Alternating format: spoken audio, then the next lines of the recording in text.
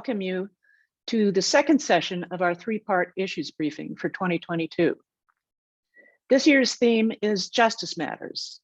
The subtitle declares, Can't Stop, Won't Stop. Today's focus is on social justice. The keynote presentation, titled The Fight for Women's Rights, will remind us that the arc of the universe doesn't bend steadily toward justice, but zigs and zags in ways that exasperate us and test our ability to persist, cooperate, and strategize creatively. To remind you of some logistics, this presentation will be recorded and will be available on the lwvwi.org website. To avoid background noise, please keep yourselves muted unless you're speaking.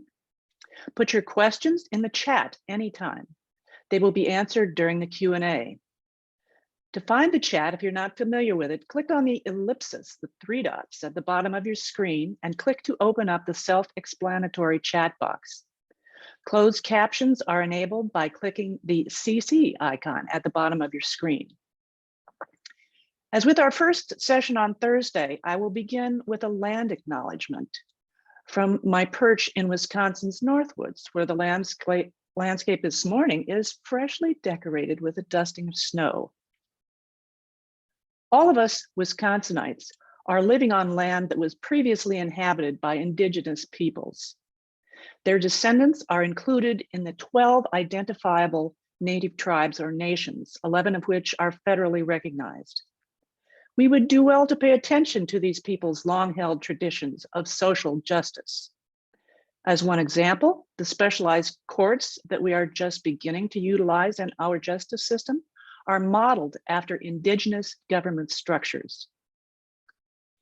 For an overview of the people whose lands we now occupy, I recommend the book Indian Nations of Wisconsin by Patty Lowe. Dr. Lowe is an eloquent historian and member of the Bad River Band of the Lake Superior Ojibwe, an organizer of the Bad River Tribal Youth Media Project. She's a retired UW-Madison professor and current director of Northwestern University's Center for Native American and Indigenous Peoples Research. She's also a documentary film producer and former broadcast journalist who you may recognize from Wisconsin's public television programs. As a head start towards building relationships with the original indigenous stewards of the land in your area, you may find the websites shown on this slide useful. Native American Tourism of Wisconsin. The website's opening page features enticing photos and short videos, including one of a ceremonial dance. It also shows icons that guide you to pages shown on this slide. These pages show you information about individual tribes and their arts and culture. So here's today's agenda. Indigenous peoples' dance ceremonies and the arts and culture offerings on the previous two slides suggest the ability of pictorial and performing arts to convey messages experientially. This includes messages about the beauty and wisdom of diverse cultures and the justice and dignity all people deserve. In keeping with this, and to put us in the right frame of mind to absorb our keynote speaker's words, our State League's DEI Senior Specialist, Maria Douglas, is going to introduce a Milwaukee area songstress who will share a relevant musical message with us. Maria? Thank you, Dorothy. Donna Re'née is a 23-year-old singer-songwriter and musician. She is an activist for equal access to opportunities for underserved communities and youth in Milwaukee, serving as a board member with Pearls for Teen Girls. Donna Re'née advocates for change by amplifying her voice in song and business entrepreneurship pursuits. Today, she graces us with her original song, Don't Be Afraid, in our Justice in Art experience. Donna Re'née.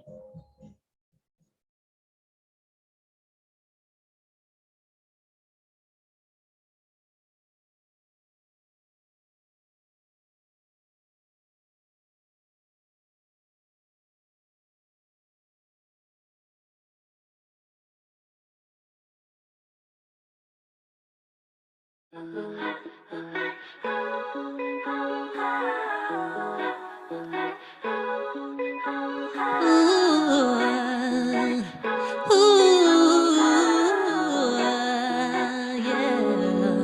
All alone in a trance, anxiety wondering where I've been. I lost track of time, like ghost in the wind.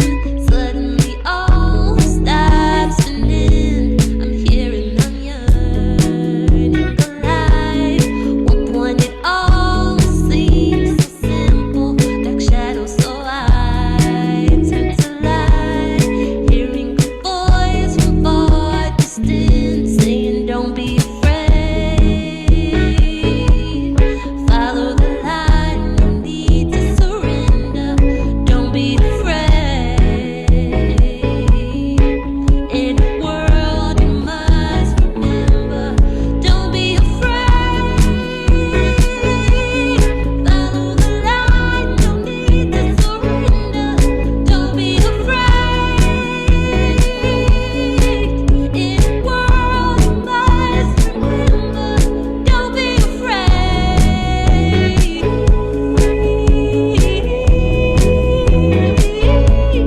Don't be afraid.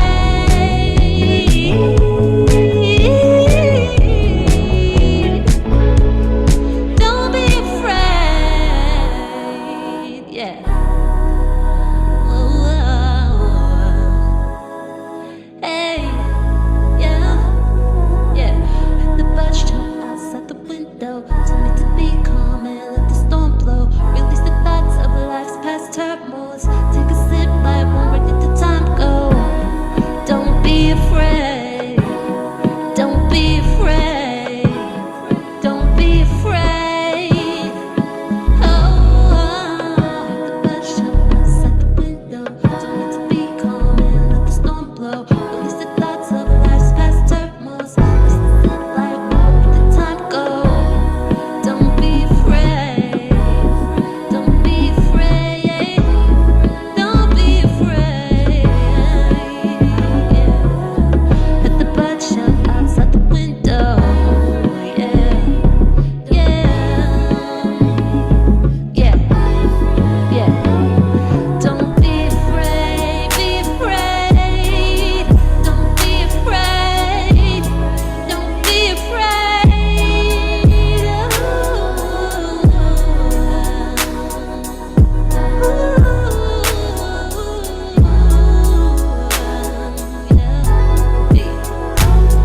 Don't be afraid.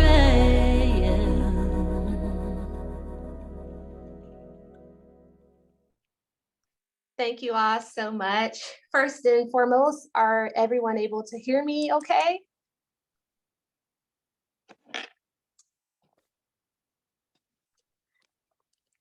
Yes, we can. Perfect, thank you. Well, that was my unreleased song called Don't Be Afraid. First and foremost, I like to say thank you so much to the League of Women Voters for having me today. Thank you, Maria and Ellen, for getting me going. I just want to talk a little bit about this song. So I was inspired to write this song in the midst of the 2020 lockdown. I was a college student at Alverno College, one of a few students that were on campus. And, you know, that was a time where many people were with their families, and due to extenuating circumstances, I had to stay on campus. And during that time, I had to, you know, find ways and outlets that could keep me uplifted, like many people being isolated and quarantined. So I was inspired to write this song, Don't Be Afraid, amidst all of the political turmoil that was happening around the time, as well as mental health issues that were going on that I had to, you know, find different ways to manage. So I think this message is so important to people in, you know, all across like different matters, including social justice, including mental health, including politics, that you have to find some sort of method to truly sustain and cope and coexist with all of the issues in the world. So thank you so much for allowing me to be a part of this very important cause, especially following after the elections.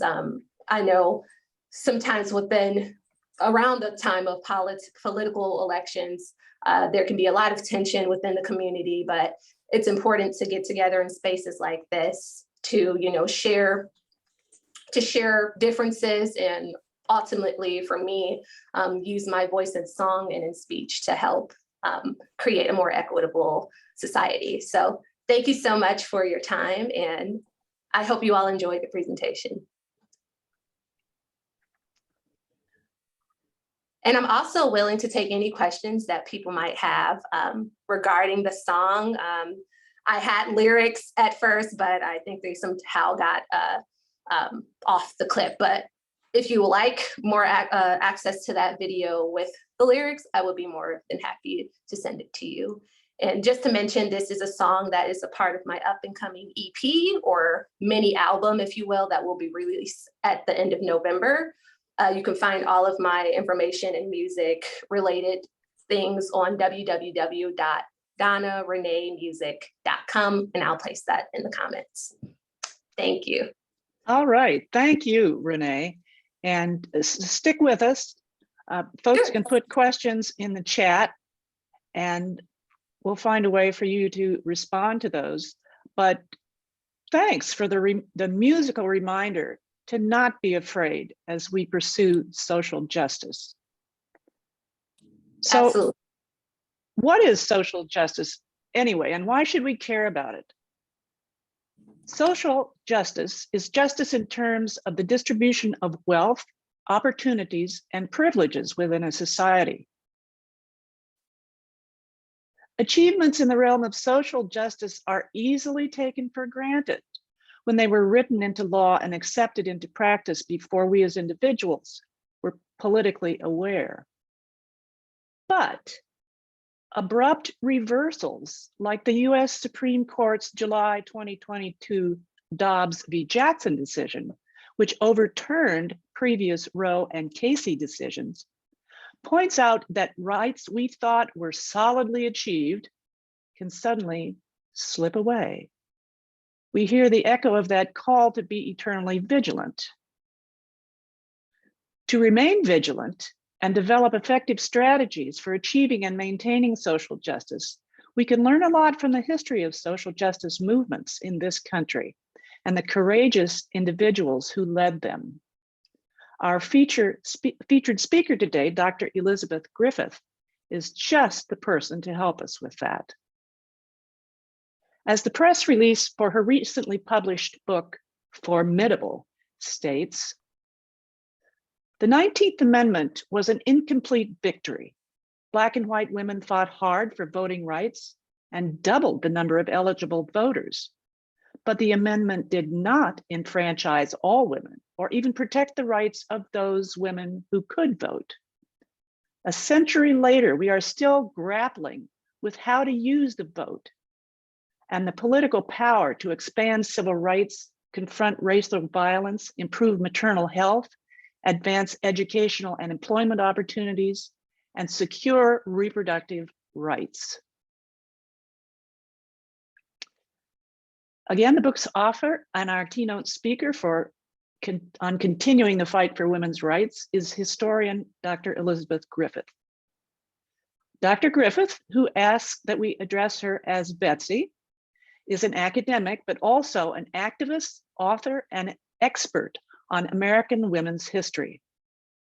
Her biography of suffragist Elizabeth Cady Stanton, titled In Her Own Right, was hailed by both Oprah and the Wall Street Journal as one of the best 5 books on women's history. It was the basis of Ken Burns' documentary called Not for Ourselves Alone, about Elizabeth Cady Stanton and Susan B. Anthony.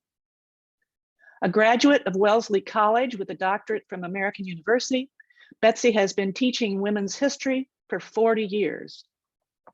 She marched for women's rights in the 1970s with the National Women's Political Caucus before she led the Women's Campaign Fund, a forerunner of Emily's List. Her 22-year tenure as headmistress of the Madeira School for Girls in McLean, Virginia, earned her the Washington Post's Distinguished Educational Leadership Award. She's been a Kennedy Fellow at Harvard and a Klingenstein Fellow at Columbia. She now lives on Wisconsin Avenue in Washington, D.C. How apropos. As mentioned above, Betsy's most recent book, just published this year, is Formidable: American Women and the Fight for Equality, 1920 to 2020. It covers the very significant century following the passage of the 19th Amendment, which gave us women the right to vote. Its excellence has been hailed by reviewers from the Los Angeles Times and the New York Times, and numerous interviewers. I spent 2 days in late summer glued to a bench in my backyard reading it. It is full of revelations that I should have known about since I was born in 1948, but that were lost to me amidst the blur of my decades concentrating on other fronts. Dr. Griffith is going to put the status of women's rights and acute concerns about our reproductive rights in historical context with the intent of counseling persistence and providing guidance and wherewithal about how to proceed effectively. Betsy, you're on. Thank you. Thank you. We're doing a little screen sharing here. Gonna let Molly help me. Looks good. Okay. All right, and I'm gonna one more adjustment. Everybody, hello. I don't know if you can still see my face. I hope not, because I'm going to be checking my notes and advancing my screens, and I don't want you to think I'm inattentive. I'm delighted to be virtually in Wisconsin today. I'm a Michigan girl. I'm a Midwesterner, and I visited Milwaukee, Sheboygan, Madison. I've been to Oshkosh. I've seen the cranes in Baraboo. I've trained women candidates in Alverno, and I've been to sundry Frank Lloyd Wright sites. And many formidable Wisconsin women appear in my book. Val Phillips, Zona Gale, Gerda Lerner, Kay Clarenbach, Carrie Chapman Catt, and Tammy Baldwin. So your state has produced a lot of formidable women. I'm honored to speak today, and especially because November 12th, 1815 was Elizabeth Cady Stanton's birthday.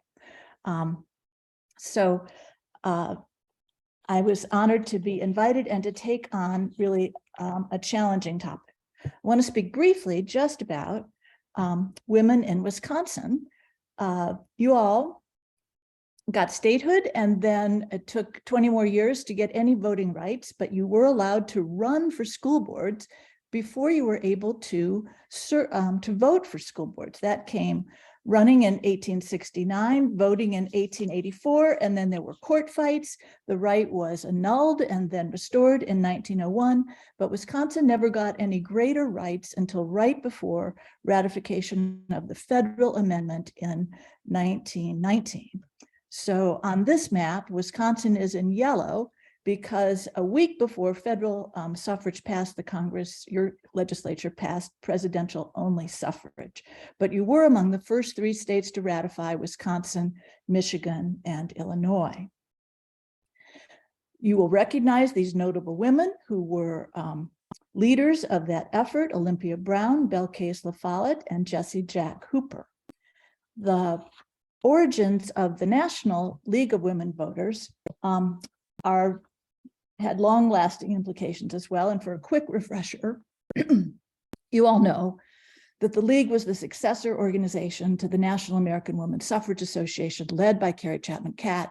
Catt was the strategic brains behind the suffrage victory, and she also had a succession plan for NASA to become a League of Women Voters.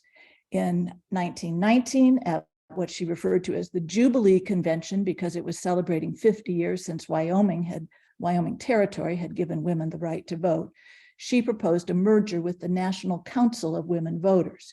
She said it would be the most appropriate and patriotic memorial. And unusually for Kat, she did not get a unanimous vote. The effort was tabled. Meanwhile, your members would register, work with parties, draft legislation, run for office, really pursue political activity. But at the next year, in 2020, prematurely referred to as the Victory Convention because it was 6 months before ratification by one vote, Kat's plan was foiled by Jane Addams. Jane Addams was probably equally respected and revered, and maybe the only person who could have foiled Kat. They were very close friends. Addams, the founder of Hull House, created social work, had this network of progressive alumna, Florence Kelley, Frances Perkins, but Addams wanted a less overtly political mission for the League, a nonpartisan organization that would educate women for citizenship. So in 1920, NASA, an organization capable of complex, strategic, two-tiered, multi-layered, bipartisan, biracial, 30-year political campaign, which had won suffrage, became a nonpartisan, segregated educational League of Women Voters. Kat retires at age 61 to focus on international issues. She twice widowed. She will live with her partner, Mary Garrett Hay, next to whom she was buried 20 years later. Kat proposed younger leadership. Maud Wood Park was chosen. She had been chair of the legislative committee and put together this legislative agenda in 1920, but it became more formalized in 21. And it was adopted by the Republican presidential candidate, Warren Harding, who won in a landslide. Their primary concern was maternal and infant health, you see on the list, because the United States ranked 20th. That was the last on the list at that time. Today we're at 78th. We are not advancing in women and infant mortality. This led to passage of the bipartisan Shepherd-Towner Act, which really only passed because men were afraid of women voting. The old ladies are voting now, they said, except women weren't voting. White women were not showing up at the polls, and Black women were barred by discrimination in the places they were most likely to vote. Shepherd-Towner would eventually be defunded and repealed, although parts would be replaced by Social Security and the Fair Labor Standards Act, forced through by Eleanor Roosevelt, Frances Perkins, Mary Norton, and Molly Dewson. This was the conclusion that the 19th Amendment hadn't done very much. The League's educational role continued in an era in which very few women were going to college. Many would say they got their education through the League of Women Voters, including early members of Congress. The country was divided by racial bias and legal segregation, so the League ignored race.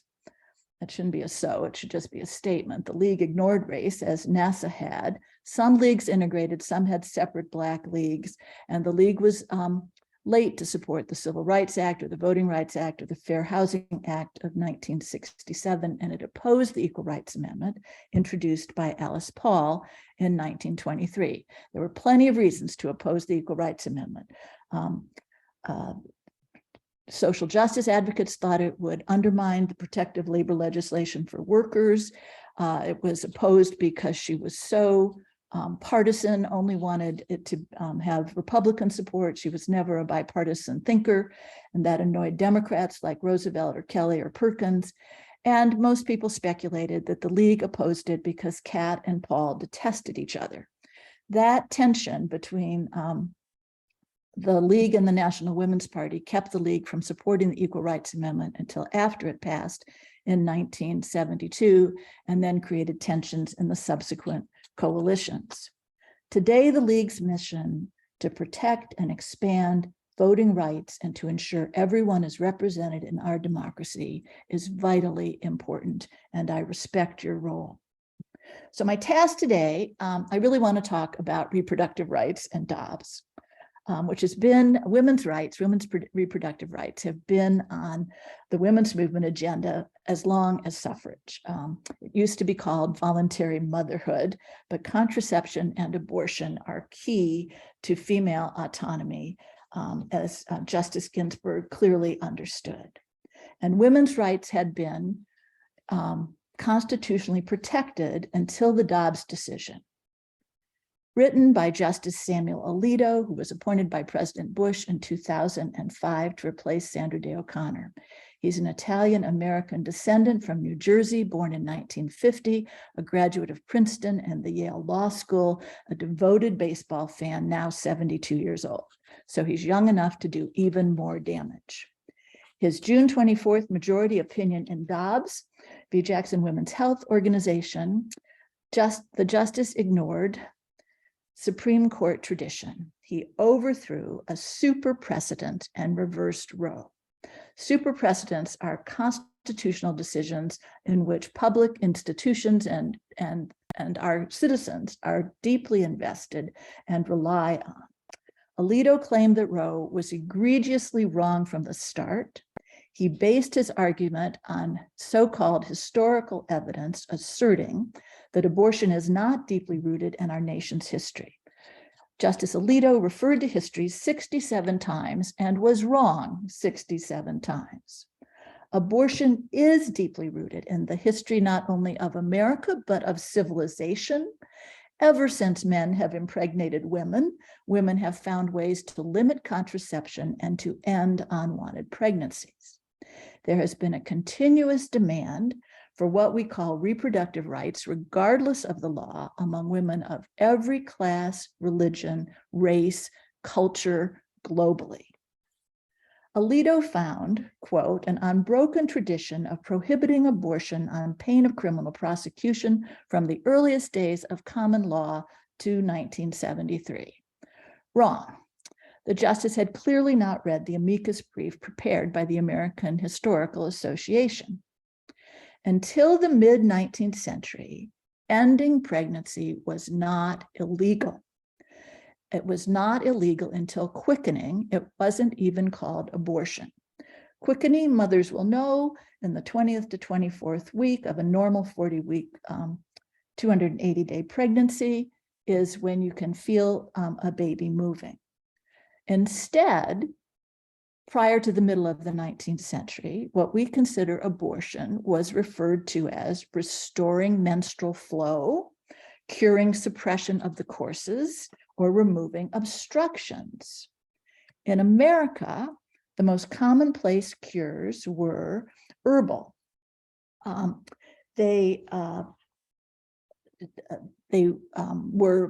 You learned about these from tribal healers, from grandmothers, from midwives. Eventually, they will be mass produced.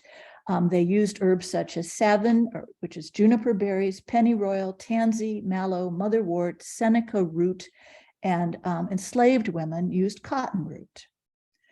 Benjamin Franklin included a recipe for one of these tonics in his almanac in 1748, along with the alphabet and some arithmetic, colonial history, a cure for horse hoofs. It was titled The American Instructor, or a Young Man's Companion, which makes you wonder about the promiscuity of colonial youth. By 1820, with the coming of industrialization and the population moving into urban areas away from midwives, entrepreneurs bottled up these tonics known as abortifacients.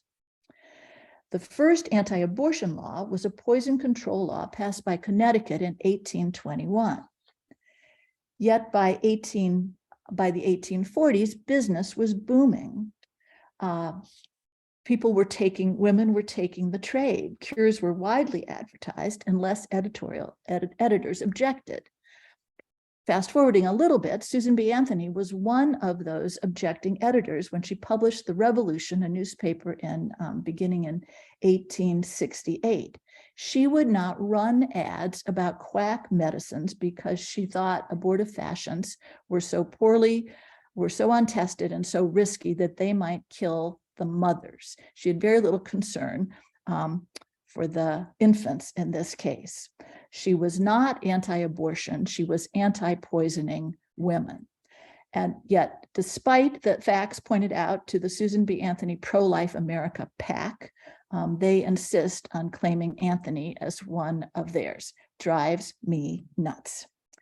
But many newspapers did take the advertisements And there were, and despite the laws forbidding them, increasing other poison control measures, these were not only available from salespeople, but from physicians and pharmacists. And if the drugs failed, then there were practitioners.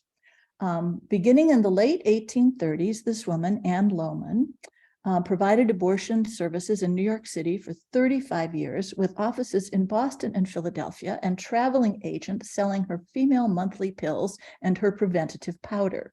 She was known either as a savior of women or the wickedest woman in New York City. She was not a physician or a midwife. She'd begun life as a British housemaid and a seamstress who married an American newspaper man who was a marketing genius.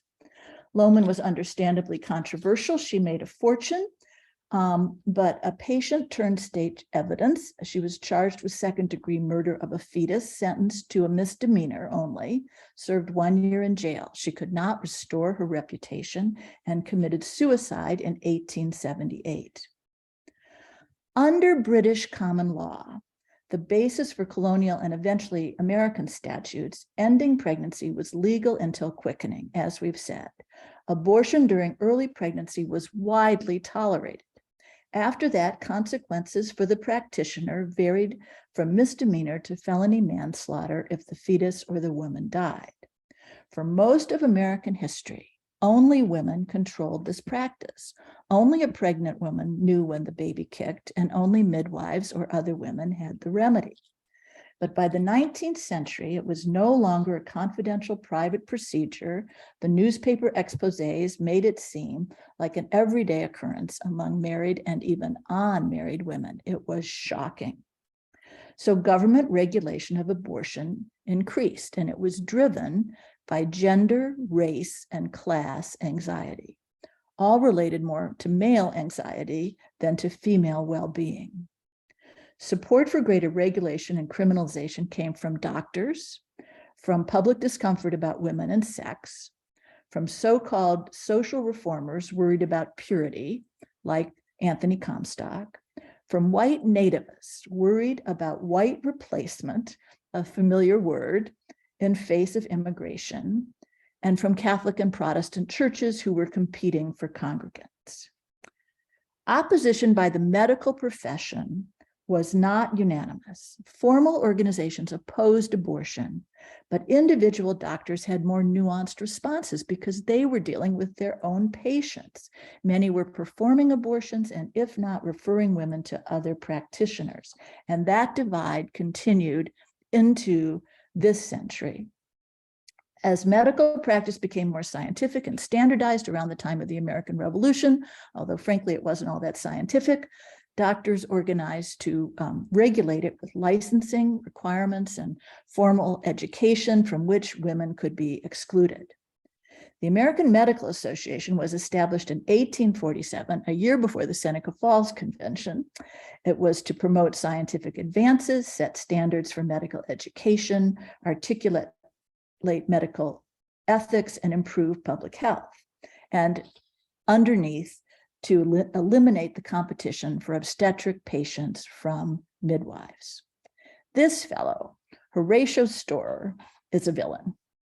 He is a surgeon trained at Harvard Medical School, and in 1857, he founded the Physicians' Crusade Against Abortion. He was 27 years old. He believed that abortion was criminal from conception under all circumstances. In 1859, he got the American Medical Association to condemn abortion, and in 1860 publishes this book on criminal abortion in America, asserting that it is both criminal and immoral, and that quickening was not a medical diagnosis, but merely a female feeling and should not be the basis of practice. The AMA adopted Storer's views and maintained them until 1967. It established physicians as experts, not midwives, not mothers. Storer's crusade effectively lobbied state governors because of public fears of what we call white replacement, nativist alarm about an increasingly diverse population that would come both from freed slaves and European immigrants, many of whom were Catholic, was real to them. And so there was a sense that white patriots, white Protestant patriots, needed white Protestant wives to be having more babies. The anti-abortion campaign was deeply anti-feminist. And in part, these professionals were outraged by women seeking a medical education. Again, ironic because there barely was any formal medical education, but women excluded, either trained with sympathetic doctors or might have been able to attend the Boston Female Medical School after 1848, or the Philadelphia Female Medical School after the establishment of state universities during the Civil War. State universities generally admitted women to medical school. The University of Michigan took on Alice Hamilton, who would change the profession dramatically. You know about Elizabeth Blackwell, who trained mostly in Europe, became the first white woman doctor in 1848. The first African-American was Rebecca Lee Crumper, who was started practice in 1864. Concern about maintaining the public purity in the face of increasing promiscuity led to the creation of the Society for the Suppression of Vice in 1873 by Anthony Comstock. Comstock had been a dry goods salesman of delicate sensibilities. He was a Civil War veteran who was shocked by the profanity of Union troops. He was also offended by obscene literature, prostitution, gambling, abortion, contraception, and patent medicine. So he lobbied Congress to pass the Comstock Law, which said that no obscene materials could pass through the US mail, not even anatomy textbooks with illustrations. It was under the Comstock Law that Margaret Sanger was arrested several times for trying to pass out and mail out information about birth control. And it's the reason years ago that Playboy magazine could only be sold under a brown paper cover. Comstock served as the inspector for the post office from 1873 until 1907. His anti-obscenity laws are still in effect and are complicated now by social media. As a result of all this agitation, between 1860 and 1880, 40 states passed much stricter anti-abortion laws, turning it from a misdemeanor into a felony. And by 1900, every state forbade abortion, which led to criminal investigations and arrests. Most states had exceptions for therapeutic abortions, but the process was entirely controlled by male doctors. And because the public still supported abortion, all those women were still having abortions. It was an accepted norm to allow abortion before quickening, that when these criminal cases were brought, when charged, most abortionists were acquitted by juries. It was rampant abortion, self-induced, bloody, murderous to themselves, suicidal abortions by poor women in tenements that whom Sanger was serving as a public health nurse around 1910 to 1915, that prompted her to try to increase education about contraception. She believed if there were widespread education and access to birth control, it would end abortions. Once she established the American Birth Control League in the 1920s, with male doctors was the only way to make it legal. She then replaced the men with women doctors like Hannah Stone, many of whom were Jewish and were already barred from getting privileges in working in hospitals, so they supported Sanger's effort. So all of this is going on. Quite widespread support for abortion, quite widespread self-induced abortions or use of women trying to end pregnancies, despite their religious affiliation. For centuries, the Catholic Church also believed that life did not exist before quickening. They called it ensoulment, as defined by Pope Gregory XIV in the very beginning of the Middle Ages. The rules changed in the late 19th century. It's quite ironic that the church changed its position because most of the public sentiment against abortion was rooted in anti-Catholic, anti-immigrant sentiment. In 1869, Pope Pius IX condemned abortion and ordered excommunication if women acted or practitioners, yet he did not condemn the super saints of the church, Saints Jerome, St. Augustine, St. Augustine, all of whom were in favor of abortion previously. In 1895, the church condemned therapeutic abortion. That's, of course, making exceptions for the life of the mother or certain conditions. By 1930, they'd become even noisier against contraception. Just when it was becoming much more publicly accepted, there was alarm about the amount of venereal disease that the Army brought back from World War I. The birth control movement was taking hold, and Protestant churches had begun to say, yes, use contraception because sex should be for more than procreation, and it would keep couples from divorcing if they were more happily compatible. In 1950, there was an edict that condemned midwives globally. Then in 1968, the church funded the National Right to Life Committee, and the Council of Bishops would continue to fund the movement. Today, 6 of 9 justices, or 2/3 of the Supreme Court, are Catholic, 2 are Protestant, only 1 Jew, Elena Kagan. This does not reflect the population of the country by percentage. But the Catholic lobby is enormously powerful. Anti-birth control laws passed in Catholic-controlled legislatures prior to Griswold v. Connecticut, which challenged it. For married couples and Eisenstadt v. Baird for single people. So states in the Northeast, states with Catholic legislatures, and they are still rampant, have continued to limit women's rights. The suppression of abortion into the 1960s prompted its legalization because these individual doctors with their individual patients felt that their practice was stymied, that hospitals were limiting them in what they could do. There'd been a baby boom. Women were having 3, 4, 5 children and began to think they didn't want to have that many children. There was a measles scare. Some of you might remember the birth of thalidomide babies. Individual doctors were really performing abortions with DNCs, the same procedures used related to miscarriages. There were exposés of back alley abortions, which were both dangerous and discriminatory. And eventually feminism made abortion a public health issue again, and related it to the subordination of women. Reformers drew on the long-standing public support of traditional abortion, which allowed it in certain circumstances at certain stages of a pregnancy. The socially conservative American Medical Association began to initiate reform, influenced by female patients and pressed a little bit by the American Bar Association.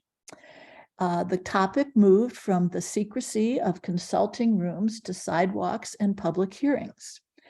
In an era of people mobilizing for radical change, the suffrage movement, which had become a social action progressive movement in the 30s, sort of the white women's social action movement of the 20s and 30s, sort of expired under pressure and lack of enthusiasm, but the Black civil rights movement never expired, was quietly working throughout those decades, and then came to the forefront more publicly, more safely, although safely is not a word one would ever apply to civil rights movements, in the 40s and 50s, and that energized white women again. So you had a Black civil rights movement, you had the beginnings of a white feminist movement, you had anti-war, you had a lot of people talking about change and engaging in more public action to support those changes. So the changes that finally resulted in better laws about contraception, legalization of contraception nationally and abortion constitutionally, came in 3 phases. The first related to professionals. Psychiatrists were very sympathetic to patients, and their national organizations urged changes of the law. Physicians were resentful of restrictions on their practice. And you had and this woman, Mary Steichen Calderon, took the lead with a considerable risk in the 1950s. She became the medical director of Planned Parenthood. She was the daughter of photographer Edward Steichen, if you remember that name, Carl Sandburg's niece. She didn't attend medical school until age 35, worked as an OBGYN, a sex educator, and she pressed the American Medical Association to stop suppressing and restricting dissemination of information on birth control. To show how controversial this was, or to indicate, in 1955, she convened a secret Planned Parenthood conference with doctors, indicative of the fear generated by the topic. And throughout her life, she was attacked as a sex pot, even at age 60. So Planned Parenthood had always advocated birth control and the decriminalization of abortion. And because of the politics of the time, they did it in the name of families rather than in the name of feminism. By 1959, doctors and lawyers in the American Legal Institute were proposing model abortion laws for states to adopt that would free doctors, they thought would free doctors and liberalize the rules about who could get exceptions. Their concern was that the present laws have not served to control the practice of illegal abortion. We all know that laws do not control illegal abortion. To keep on the books unchallenged laws that do not receive public sanction and observance is of questionable service to our society. That their statements prompted Catholic law schools or how shall I phrase this? Law schools at universities associated with the Catholic Church, Georgetown and Notre Dame, alerted Catholic lawyers to be ready to fight the threat of any change to abortion law. But grassroots resistance grew. I hope you recognize Patricia McGinnis, the picture in the top left. She was a medical technician in San Francisco, and she founded in 1961 the Society for Humane Abortion. And their conclusion was these reforms that the lawyers and doctors were proposing were not going to go far enough, that women should be able to make this decision, that abortion was a private matter between a woman and her physician. We must repeal all abortion laws. You see the Jane sign there. Jane's, I'm sure you all know, especially in Wisconsin, was based in Chicago. University of Chicago students and area housewives and many other women in other cities created an underground abortion service to take care of women who needed to end a pregnancy, got them to doctors. When they found out that one of the doctors they had relied upon was unlicensed, they trained themselves in the procedure. It's believed that between 1969 and 73, Jane's performed 12,000 abortions. There was a raid. 7 were arrested, including Heather Booth, just about 2 months before the Roe decision was handed down. So the case was dropped. When Elizabeth Warren, before she ran for Senate, was trying to start a consumer movement and was asking about models of organization, she said someone said to her just 2 words, Heather Booth. Heather Booth had come from the Freedom Summer in Mississippi, and she continued to be an activist, is still an activist. So all of this is going on in the mid-60s, lots of changing, lots of roiling of the water. You have the white women's movement perking up again, Black women coming to the fore. Black women had always been the backbone and the conscience of the civil rights movement, but it had been so risky for them that they are taking more public roles in the late 50s and 60s. As I said, the white women's movement inspired by Black civil rights. And you have a convergence of lots of things. The FDA approves the birth control pill. Helen Gurley Brown is preaching a sexual revolution in Cosmopolitan magazine. The 1963 President's Commission on the Status of Women says there's tons of discrimination against women, but an Equal Rights Amendment will not fix it. NOW is founded in 1966 and immediately takes on abortion. There are speak outs. In 1969, NARAL is founded, the National Association for the Repeal of Abortion Laws. And all of this is not widely supported because Black women had been worried ever since the eugenics movement that birth control and abortion were related to forced sterilization, of which they had suffered disproportionately, although many white women who were viewed as insane or promiscuous were also sterilized. Fannie Lou Hamer had undergone what was known as a Mississippi appendectomy when she was 13 years old, a forced sterilization. But again, this rapid change in 1967, California adopted a reform law, which Ronald Reagan signed. He always said he regretted it. But reform laws were increasingly viewed as inflexible, that repeal would be better. Hawaii, Alaska, New York legalized in 1970. And all these former opponents shifted. The American College of Obstetrics, the American Public Health Association, Black medical associations who advocated public funding for all abortions. The majority of Americans, including Catholics, believed then and now that abortion should be a private decision. So then we come to constitutional changes. You have the Roe decision, which reorganized the time frame when Harry Blackmun, who'd been the legal counsel for the Mayo Clinic, spent a summer, because it was decided over 2 terms because the court didn't have a full quotient of judges. So he went and studied up on abortion and came up with the trimester approach. It set us, and that worked, that seemed to be workable for a period of time. Some people would have kept it to kept 24 weeks as always the dividing line. But prior to Roe was handed down in January of 1973, as you know, there has already been an Equal Rights Amendment.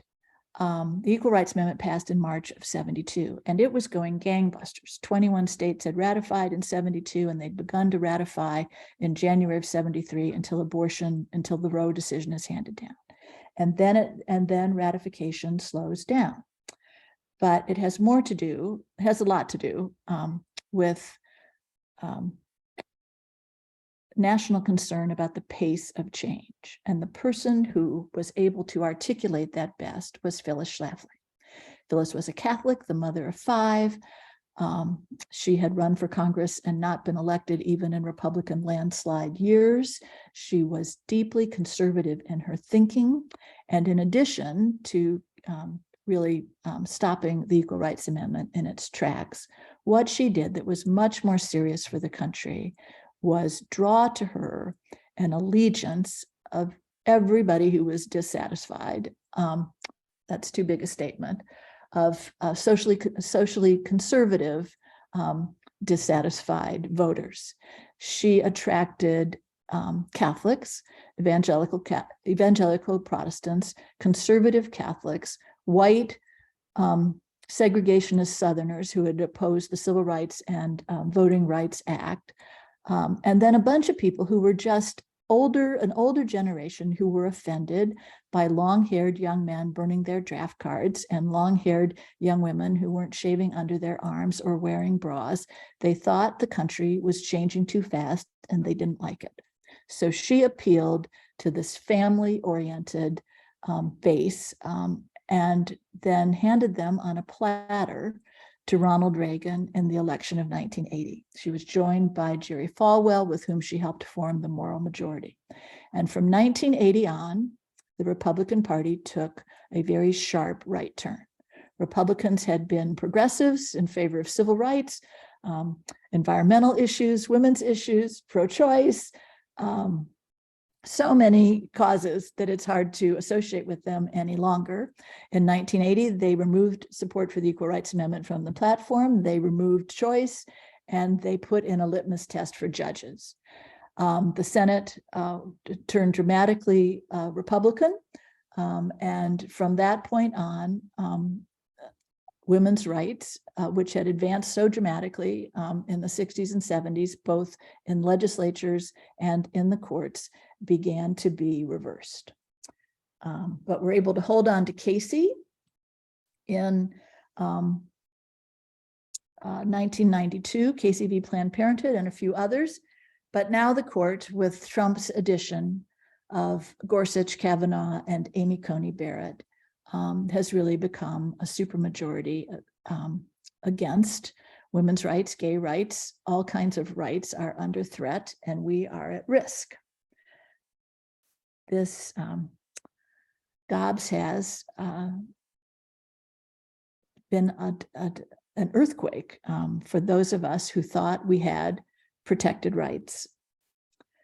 These are states at which reproductive rights are at risk, either with trigger laws or where the length of time that you have before you can have an abortion is impacted. So here we are, post-Dobbs. Dobbs was a dynamic element in the elections, as you saw in the results. 5 states held referendum and protected abortion. The California, Michigan, and Vermont enshrined it in state constitutions. Montana rejected a ballot initiative requiring intervention to save the fetus at any age, any stage of development. And Kentucky defeated a constitutional amendment to say that the state would not protect abortion rights, but there's a state Supreme Court case next week that could reverse that. We had pro-choice governors elected in your state, Michigan, Kansas, and others, but there were mixed results. The good news is that an AP poll found that 24% of voters cited abortion as a primary issue, almost as high as those concerned about inflation. And of those who voted related to abortion, 70% voted for Democrats, 27% voted for Republicans. Independents divided. Independent women voted for Democrats, independent men voted for Republicans. That's the gender gap. And choice was widely supported by older, white, college-educated women, was the largest segment of population, but it got very high support also from young women ages 18 to 35, which is a hopeful sign.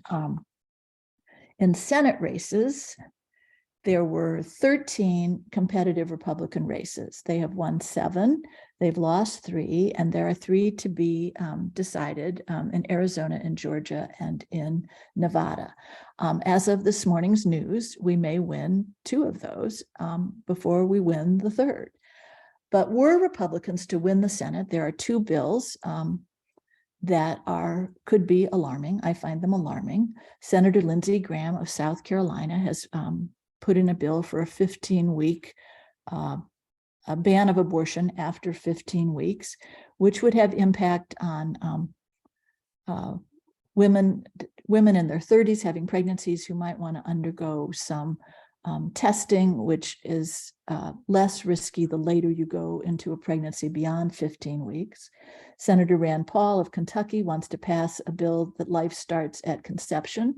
Both of those would require 60 votes, as would a federal guarantee of abortion, as the Democrats are proposing. So we are in a new century of struggle. The first century got us the vote. The second century, as Formidable outlines, was a century of enormous change and enormous progress for women, but with so many setbacks that my conclusion, my epilogue says it was not enough. And now we're in a third century where we may be starting all over again. I suggest that we look back to your founder, Carrie Chapman Catt. The National American Woman Suffrage Association tried to have representatives in every state legislative district in the country who created relationships with their office holders, who lobbied, who organized. And many of them, I mean, these were women who did not yet have the vote and had no control of personal finance. So they were using moral authority and sort of passion to persuade these people of the justice of suffrage. We will need to persuade people of the justice of reproductive rights, district by district. We need referendums seem to be a safer route because the public does support abortion rights. But in order to have a referendum on the ballot, that's determined by a state legislature. State legislative vote up and down is a trickier vote for us to win. We should be heartened that abortion rights are in contrast, in contradiction to Justice Alito, abortion rights are deeply rooted in American history. Americans want the right for themselves or for their wives and daughters to be able to control their reproductive access, their bodily autonomy. Between medical advances and political action, I think that we are not quite as much at risk as I thought on June 24th, when I was just in despair. But as of today, abortion access is only available to some women in some places. And no matter how fast we make changes, which won't be that fast, it will not be fast enough for women who are desperate. When I'm asked about my personal view on abortion, I say that there should be abortion available at any time through a pregnancy to any woman, because in my view, abortion is a personal crisis. People make this decision because they are in crisis. And if they are making, and 99% of those women are making that decision quite promptly, between 10 and 20 weeks of pregnancy, they've made their decision. But the 1% who are confronted with a crisis later in a pregnancy, when they have painted the nursery and picked out the name of the baby, those women deserve the same kind of care as if they had been able to act earlier with that information. And where is the empathy for young people, for 10-year-olds and 14-year-olds who are raped, who are victims of incest, and who are too young in any state in this country to be allowed to adopt a child and are being forced into motherhood? So we need a combination of political action, of public conversation that tries to unharden the hearts of people who do not understand the reality of women's lives. And in Donna Re'née's words, we need not to be afraid. Don't be afraid. Advance women's rights. Thank you so much. I'm going to stop screen sharing so I can see you and answer some questions. Hello, everybody. Hello. I hope you were able to hear all of that, and I hope there are 17 questions in the chat. Dorothy, what do you think? Well, I think you have probably left the members of the audience aghast. Oh dear. And they are probably just mute amidst I've all of overwhelmed you. I've overwhelmed you and depressed you. Although no, leaguers can rebound quickly. I anticipate we'll start getting some questions rolling in. But I'll just say, having read and learned a great deal and enjoyed your book, that you have added a whole bunch of detail, particularly about the history of women's reproductive rights. I mean, it's just if we were talking about sewing projects, this is a brand new embroidered quilt. And do you think maybe you ought to expand the bit that you wrote in Formidable and the bit that's you talked about today into another book? Well, Dorothy, thank you for mentioning that. I had another book in mind. I was going to, because of all the Black Lives Matter agitation, returning our attention yet again to who gets a monument in this country and who gets to keep a monument and whose monuments ought to be taken down. I was thinking about a book about women and monuments, some title related to pedestals. And I started a box of clippings under my desk. But since Dobbs, I am so angry. I'm so alarmed that I'm thinking I may need to write a book about Dobbs. So I'm pleased to announce that the paperback version of my book is just coming out because the hardcover was selling pretty well. So I said to the publisher, yay, can we revise this? Can we have, sort of PS Dobbs and the election results? Can I write some more? And they said no. And so I pushed some more, and I was able to add 5 paragraphs to the end of the epilogue. The epilogue now ends on half a page, and then it's blank, and then the reverse of that is blank to rest your eyes, because this is a very packed book. And now I have 5 paragraphs, which damns Dobbs, but they had to rush it to press, so it didn't come out. It's come out before the election. There are many others much more expert than I. I was thinking you could have invited Mary Ziegler, who's a professor at the University of Santa Clara. There's a new book about when abortion was not illegal. Wait, I think I have that. When Abortion Was a Crime by Leslie Reagan is a good source. There's a legal correspondent, editorial writer at the Washington Post named Ruth Marcus, whom some of you may see occasionally on the NewsHour on MSNBC. There are lots of people who understand this much more deeply than I.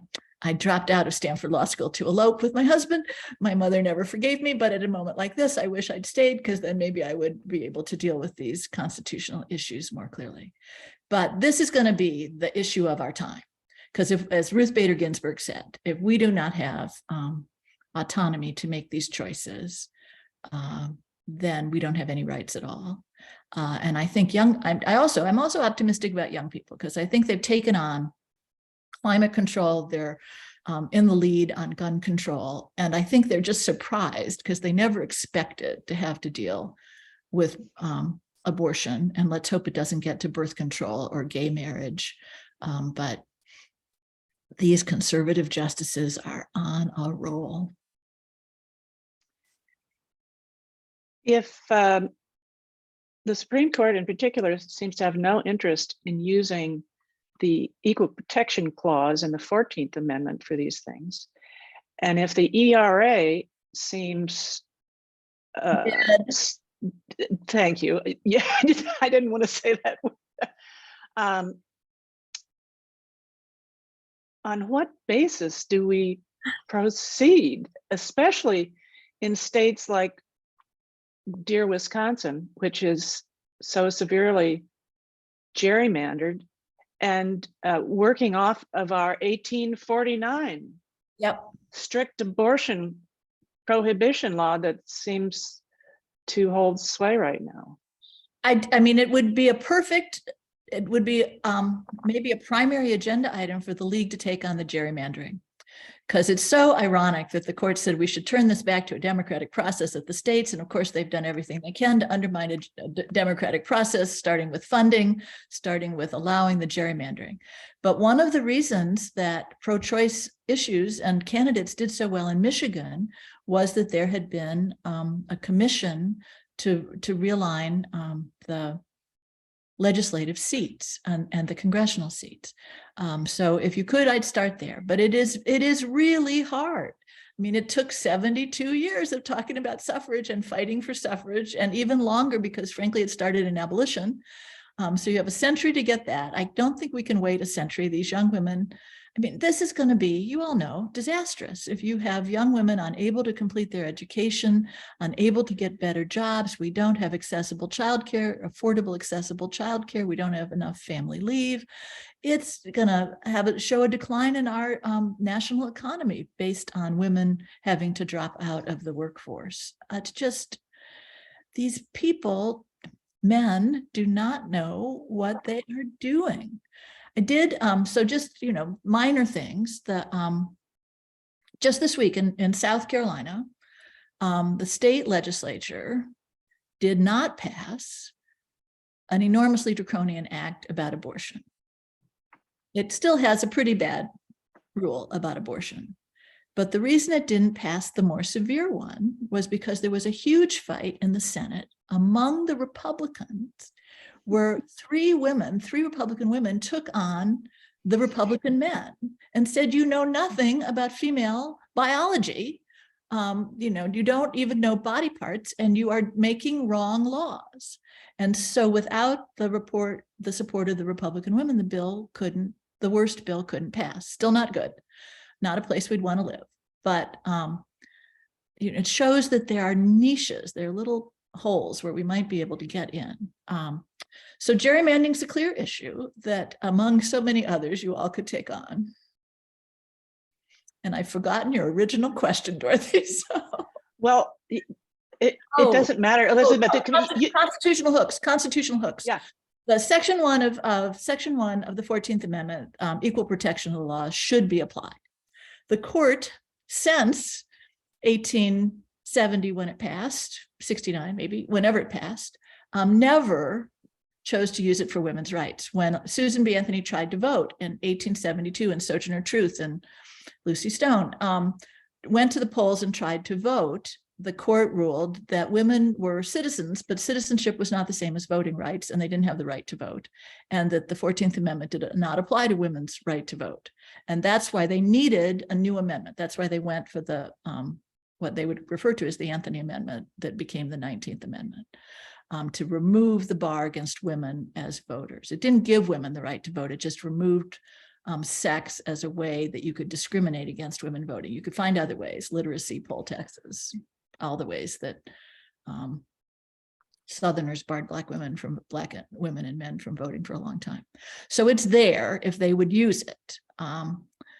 If it were related, if they could figure out a way to have abortion related to employment law, they could use Title VII of the Civil Rights Act. We need to save the Voting Rights Act with how it's been narrowed down. There's a lot of work to do. And if we open that access, we might make some progress. But the Equal Rights Amendment is not the solution at the moment, because it's the one that they're trying to say still exists is dead, expired in 1982.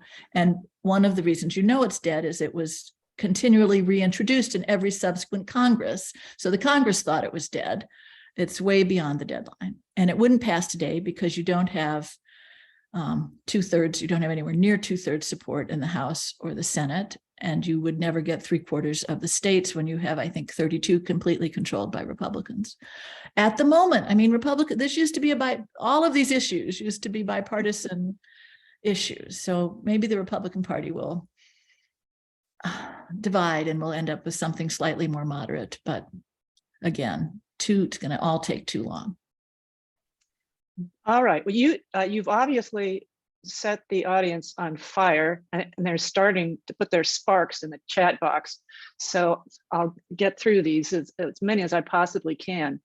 How is it that scholars on SCOTUS and their staff could present false information? I understand that they don't know Indian law, and this comes from the peacemaker of the Brotherton Nation in Wisconsin. But still, women's reproductive rights and history isn't difficult to find. And you found all this stuff just in the short timeline that you had to prepare for this talk. What's going on? All these facts existed. Alito chose not to comment on them. He's perfectly right that women don't appear in the Constitution. And that women have been neglected in American history for a long time. So maybe legal scholars feel that they can continue to ignore them. I don't know. Maybe because of the people he's choosing to be his clerks, they did not do any counter research, but not reading the brief. I recommend the brief to you. It's a whole history of abortion in America. When the Roe brief that Harry Blackman's majority decision includes, it's endlessly long, and it includes all that he found out about both the medical and legal history of abortion up to 1973. These facts exist, but as with every other division in this country, we can't seem to figure out what is a fact with a footnote and more than one source versus something that people just sort of make up. Drives, of course, history teacher nuts. Next question. Is there a way to make the discussion of abortion rights less of a wedge issue that separates individuals? And how can we turn it into a broader health topic? What advice do you have for local communities to increase the dialogue on this topic? And by the way, this is my insertion. How can we inject our principles of diversity, equity, and inclusion. In other words, bring in like the Black community and the Native, the indigenous peoples, et cetera, into this and get an alliance going that's going to win. Because traditionally, all of those groups would have had the healers, the midwives who were providing these services. This is deeply rooted in women's culture and experience. I believe strongly in dialogue. And I think even if every league member in Wisconsin were to invite 6 people to dinner, 3 of whom they didn't know, and just invited them to come have a conversation. And it could start with, do we have any areas of agreement? Do we worry about how women's health care altogether, that there are cancer treatments, there are fertilization issues that are affected by these decisions?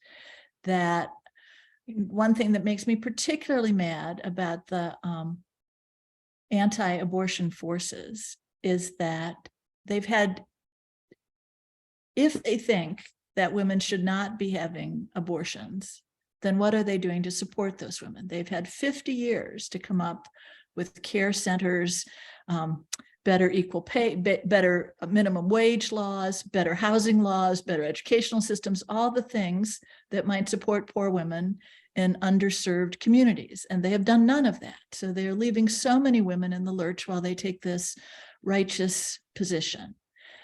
And I think women have to be braver about talking about abortion. I just heard, who did I just hear? Somebody public who'd had a lot of miscarriages said she finally realized that those were probably the procedure that helped her recover from a miscarriage. The removal of parts would have been the same procedure used for an abortion. And maybe she needs to say that I had 5 miscarriages that were, conducted in this way, or just become more informed about that. We have been while there's been this public support historically forever for women being able to end pregnancies up to a certain point, and I think that point should be discussed. I actually don't think there should be a point, but the greater public does.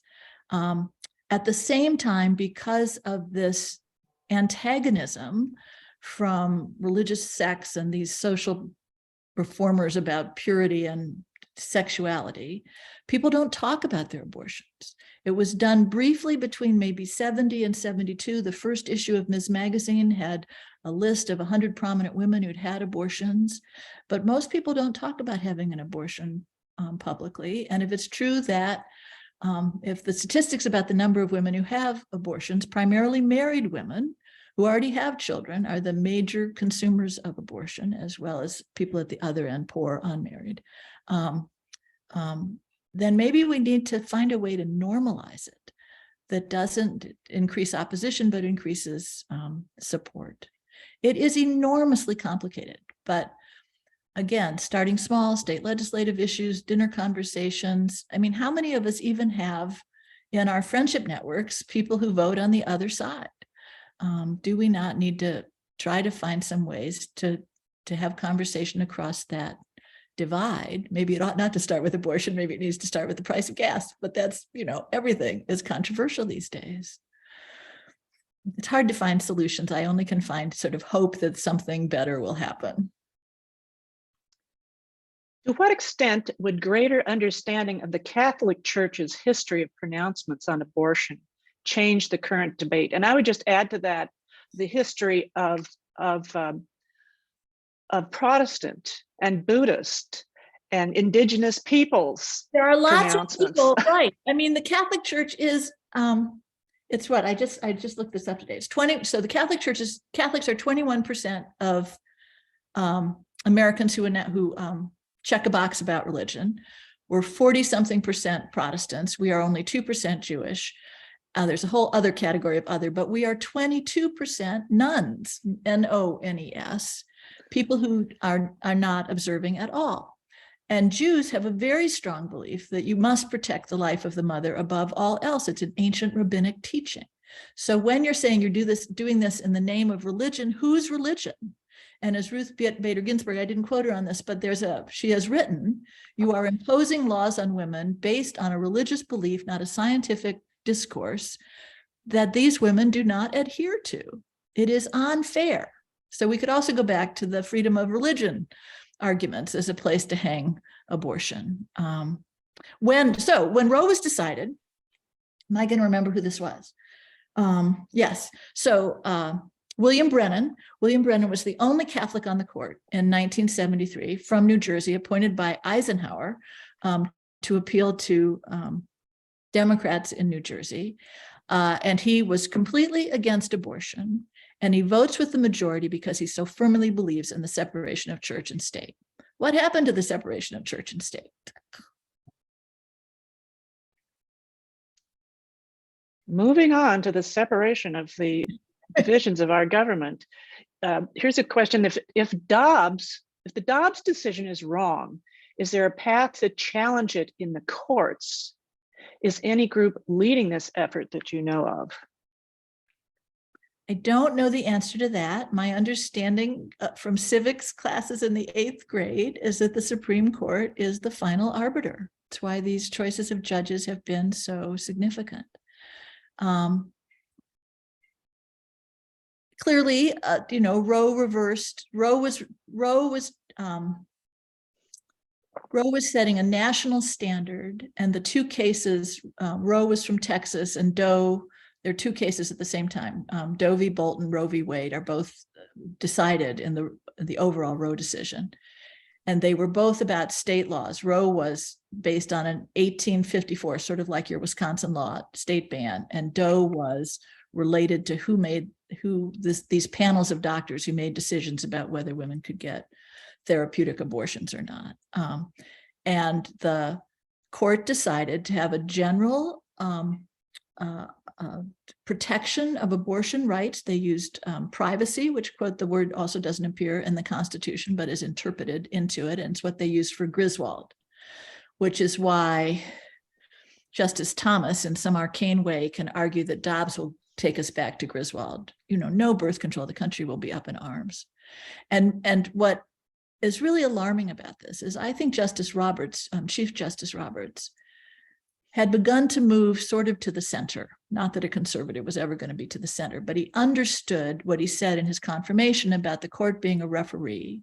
He understood that you needed to listen to the country. You needed to understand whether your decisions were going to be accepted.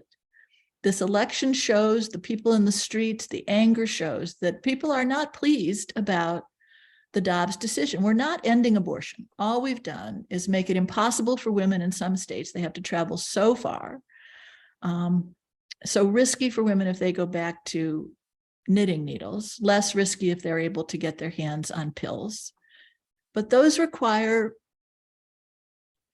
an amount of autonomy and self-confidence that if you're 16 and pregnant and not supported by your mom and haven't told anybody, you might not know how to access those things. So the court is clearly not concerned about overthrowing a super precedent of 50 years and they seem ignorant of world history and our history, so they don't get how important this is. Maybe they will begin to get the message. But as far as I know, there is no way to reverse a Supreme Court decision unless they do it as they did in Dobbs reversing Roe, as they did in Brown reversing Plessy. So occasionally we want them to reverse bad law, but this was not bad law. There's a comment in the chat box from one of our younger members who says, yes, young people are infuriated. So maybe, sometimes it just takes the rollover of a generation, or it takes the energy in the younger generation to get things through. Justice Blackmun, the senior judge on Roe, had daughters, and that had influence on him. And related to that, there's a statement in the chat that we need to elect more women to office, to positions of power, and that brings back the historic. Would you talk about the historical parting of the ways, if you will, in 1920 and 21 between Carrie Chapman Catt and Alice Paul about the Women's Political Party, which wanted to advocate for particular candidates, and the League of Women Voters, which is taken as its founding statement that we don't support candidates, we only support issues. Right. Okay. How do we reconcile those two to this or any other important political issue? Dorothy, And look at the few number of women that we have in elected office still. you've given me, I mean, this could be a whole nother talk, but I promise not to take that long because I do have my eye on the clock. I hope it's okay if we're running it out. So women in political office, Paul, Catt, division, and running more women. I'm all for running more women, but I would direct your attention to the governor's race in Arizona. Which women? We have to keep in mind the diversity of American women. We differ in every possible way, race, class, religion, region, whether we've been married, whether we've had babies, what our gender, what our sexual orientation is, what our personal experience is. We come to things from different directions, and there are clearly a lot of conservative women. It used to be, when the parties had liberals, progressives, and moderates in them, that you could find coalition around significant issues and bring people together. But we've moved to our corners. Today, American women, by population, we are more than 50% of the population. We register and vote in larger numbers than men. Since 1984, women have outvoted men in every presidential and midterm election. What is that, 40 years? That's a really long time. Our representation in political office remains low. At the highest levels, we are 34% of school boards and city councils. If you wrap those two together, women are represented there. We are 29% of state legislatures. These stats are pre-election. We are 27% of women in Congress. I think that's gone up a little bit. We were 23 senators. We were 9 governors. For 100 years of being able to, and longer in some places, run and be elected to office, that is not a lot of increase. And you know, sometimes women don't vote for women. After the 2016 election, the research that was done, not only did you have, that's not really, I mean, it's not a good base, but you can see it at the governor's level, that popular female politicians have a harder time running for an executive position because somehow we still think women can't do that job. Do you remember when Amy Klobuchar was asked if a woman could beat Trump, and her answer was that Nancy Pelosi does it every day? Clearly women have executive power skills. The League and the National Women's Party. Alice Paul was brilliant at street theater, but because she'd come into suffrage in England, she believed in a parliamentary system that you held the party in power responsible. So she blamed Wilson for no suffrage. She was anti-democratic. She only supported Republicans. So she supported candidates, but only Republican candidates. You couldn't have passed suffrage without bipartisan support, and that meant Catt was, despite including a lot of Black women in her coalition, NASA occasionally allied with nativists and with racists, and you know, its record is not pure by our standards, but I'm a little uncomfortable judging people in the past without giving them any context at all. But it really came down to Catt had no respect for Paul. She found her stupendously stupid. And in reality, Alice Paul changed no votes for suffrage. She did not contribute to the passage of suffrage other than this huge PR campaign of the marches, the protests, the pickets, and that changed public sympathy a little bit when they were thrown into jail and force-fed.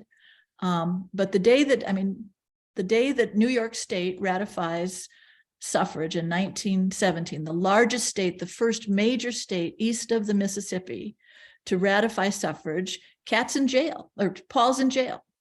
And she's contributed nothing to this huge win that would drive then national ratification. So they couldn't stand each other.